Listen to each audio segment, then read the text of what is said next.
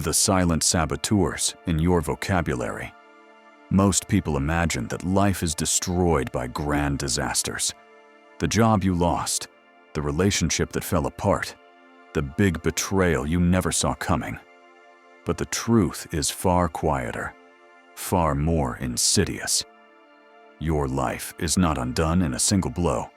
It is eroded, drip by drip, by the words you repeat to yourself and to others. Phrases. Small, ordinary, everyday phrases that feel harmless, even casual, yet they carry the weight of anchors. You say them without thinking. You shrug them off as just words. But language is not neutral. It is a seed, and every seed grows. What you speak becomes what you think. What you think becomes what you believe. And what you believe becomes the life you end up living, for better or worse. In my years studying human behavior, philosophy, and success psychology, I've found that the fastest way to see where someone's life is headed is to listen to the words they use daily. People are often programming their own downfall without realizing it, like a computer running background code that slowly corrupts the system. These phrases I'm about to teach you are not shouted in anger. They're whispered in passing. They sound reasonable, even mature. But they are traps. They subtly tell your mind, give up before you start. Settle for less. Don't expect better. You're not worthy. And when you say them often enough, your subconscious stops trying to prove you wrong. It accepts them as truth. If you want to change your life, you must start with the most basic building block of your reality, your language. Because your words are not simply communication. They are commands to your brain, instructions to your future. Over the next 15 phrases, I'm going to break down. 1. Why each one is dangerous. 2. The psychology behind why we say it. 3. How to replace it with language that empowers rather than destroys. By the end, you'll not only recognize the words that quietly sabotage your progress, you will have the tools to rewire your speech, shift your beliefs, and quite literally reshape your reality. So, listen carefully. Your future is listening to every word you speak. Comment below. What part of today's affirmation, what you think you become, resonated with you most deeply? Why do you think it struck a chord? Your insight might be exactly what someone else needs to hear today. And if you're serious about changing the way you think and showing up as your highest self every single day, reality, make sure to subscribe until you doubt your own notifications so you never miss your daily real demon in human form is not satisfied with simply lying to you. Speaking before, ordinary liars just want you to believe something false. The right word may be effective, wants you to question but no word was ever as effective as a rightly timed pause. This tactic is often called gaslighting. There's a dangerous urge that lives inside most people, where they subtly the urge to fill silence with facts, memories, you feel pressure and even your own emotions until your sense of reality is blurred. To respond quickly, small, to have an opinion, you remember a conversation, our voice heard. They insist that confidence is admirable. You point out something they said last week. Every time you say you're without imagining things, you roll the dice. You react to hurtful behavior.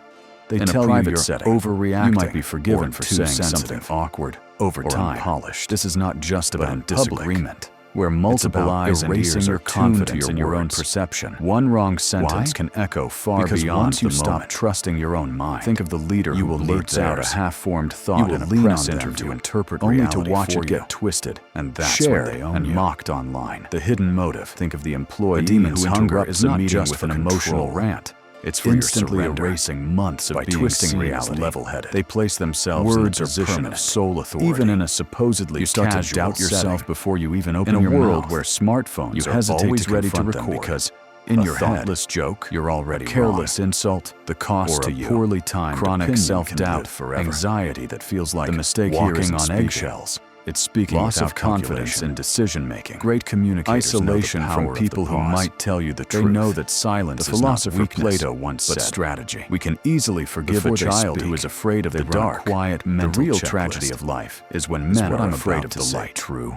Gaslighting is designed to make you afraid of the risk of misinterpretation. The light of truth, the light of clarity. People aren't those who never say the wrong thing.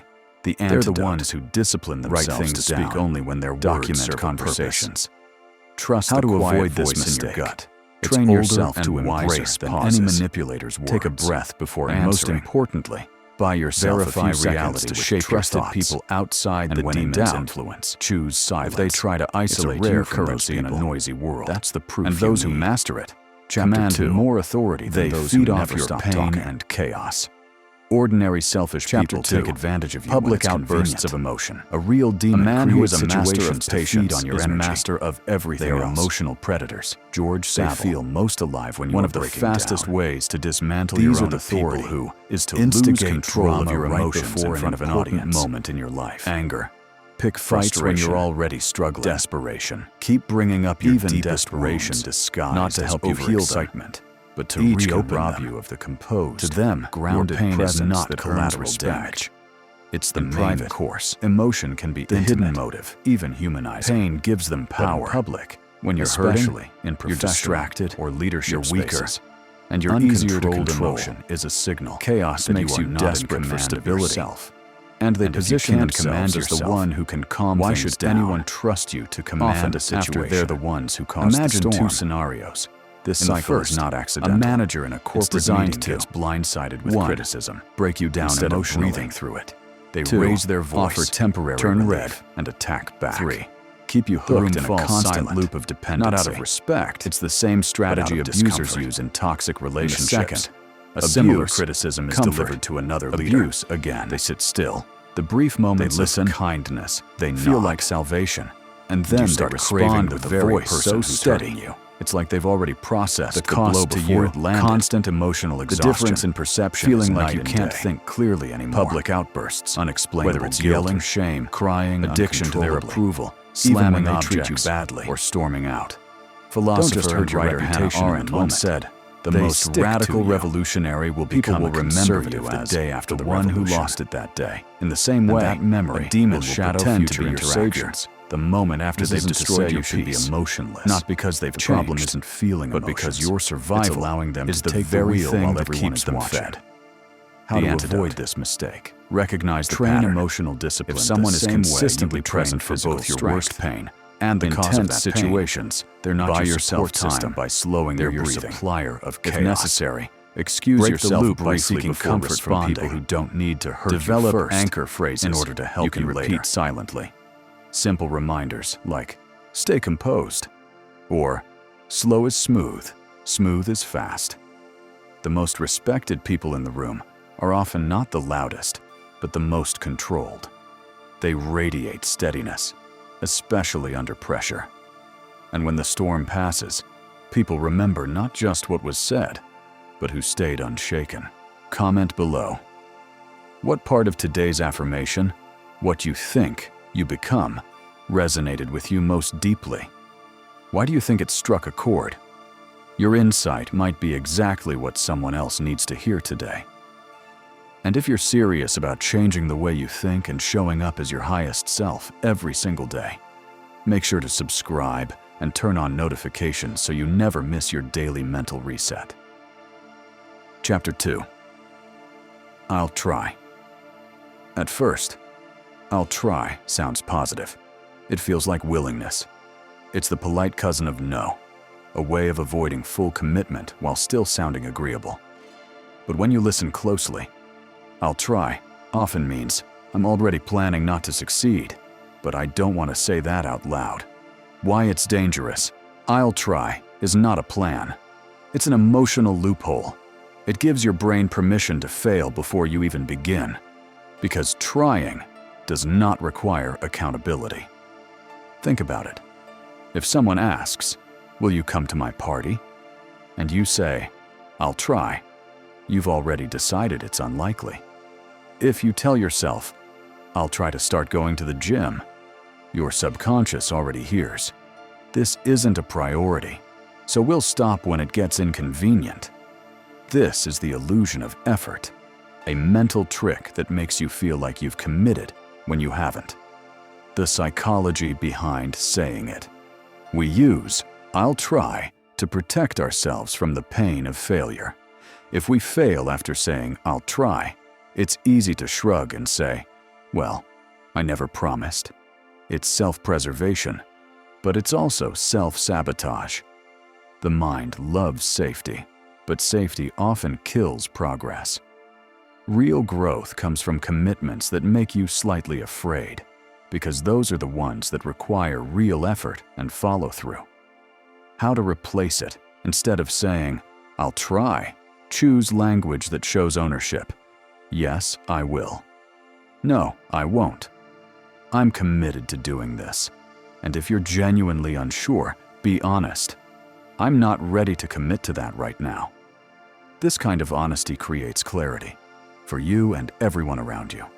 It also builds a personal reputation for being decisive rather than evasive. Key takeaway: stop trying, start deciding. Chapter 3. It's not fair. Few phrases are as seductive and as dangerous as "it's not fair." It's the rallying cry of the frustrated, the disappointed, and the overlooked. Yes, injustice is real. Yes, life can be brutally uneven. But here's the hard truth. Complaining about fairness changes nothing, and it often keeps you powerless. Why it's dangerous. When you repeat "it's not fair," you put your focus on what you can't control. You lock your mind into the role of a victim. And while the unfair thing might be true, this mindset freezes you in place because your energy is going into lamenting instead of acting. Worse, "it's not fair" tricks the brain into believing that you can't move forward until the unfairness is corrected. But the world rarely delivers perfect fairness. If you wait for it, you will wait forever. The psychology behind saying it. Humans are wired for fairness. Studies show even toddlers will protest if one child gets more candy than another. This is called inequity aversion, and it's deeply ingrained. But in adulthood, constantly naming life's unfairness becomes a habit, one that feels righteous, but is really just a way to avoid responsibility for finding solutions. The brain clings to fairness because it feels morally safe. It allows you to say, "I'm not where I want to be, but it's not my fault." Unfortunately, this robs you of the very power you need to change things, your belief that you can still win despite the odds. How to replace it? Instead of "it's not fair," try "it's not ideal, but here's how I'm going to adapt." The odds aren't in my favor, but I'll find a way. This is my reality. I'll work with what I have. Fairness is not guaranteed, but resourcefulness is always an option. Key takeaway: fairness is a luxury. Progress is a choice. Don't wait for the world to be fair. Outgrow it. Chapter 4. It's too late for me. If there is one phrase that has crushed more dreams than failure itself, it's this one. It's too late for me. It's a soft surrender, a quiet folding of the cards, and it's almost never true. Why it's dangerous. When you say "it's too late," you shut down possibility. You tell your subconscious, "Don't bother looking for options. They don't exist." The most dangerous part? This phrase is a self-fulfilling prophecy. The moment you decide it's too late, you stop taking the small actions that could have made it possible. You stop applying for opportunities. You stop learning new skills. You stop imagining a different future. And the irony is brutal. You make it too late by believing it. The psychology behind saying it. We often use this phrase to avoid the discomfort of starting over, beginning something new, whether it's a career change, a fitness journey, or healing from a toxic relationship, can make you feel behind compared to others. And the human ego hates feeling behind. So instead of admitting, "I'm scared to be a beginner," we say, "It's too late." It sounds tragic, but Digna, Chapter 5. I don't have a choice. Few phrases are as paralyzing to the human spirit as this one. I don't have a choice. It sounds logical when you say it. It feels like you're simply acknowledging reality.